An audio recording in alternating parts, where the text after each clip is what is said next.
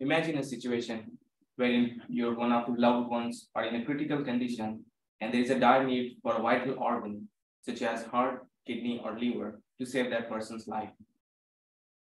Unfortunately, that person is put on the waiting list because there are already thousands of people waiting for the organ donors for the transplant. In such scenario, imagine what if you can create a brand new custom-made organ from their own cells grown in the lab and readily made available for the transplant. The answer to this question is 3D bioprinting.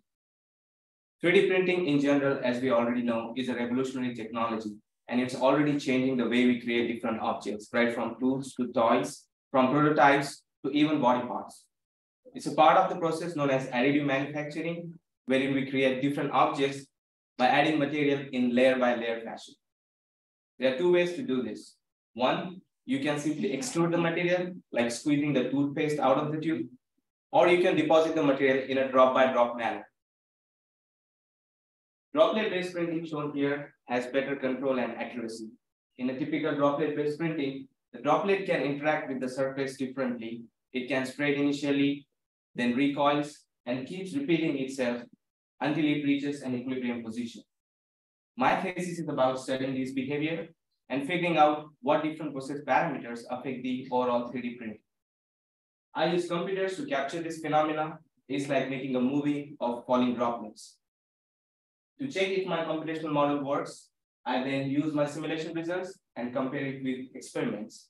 Once the model is verified, I then play along with different process parameters like droplet velocity, its distance from the surface, contact angles with different surfaces to see its effect on the final deposition diameter.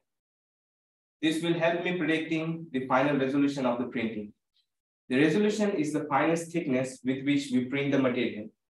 Finer the resolution, better will be the accuracy of the 3D printed part. This model can then be extended to study different materials like polymers, commercial inks, bioinks that are used in printing biological cells. With the advancement of this technology with stem cell research, we can create accurate biological organs readily made available for the transplant.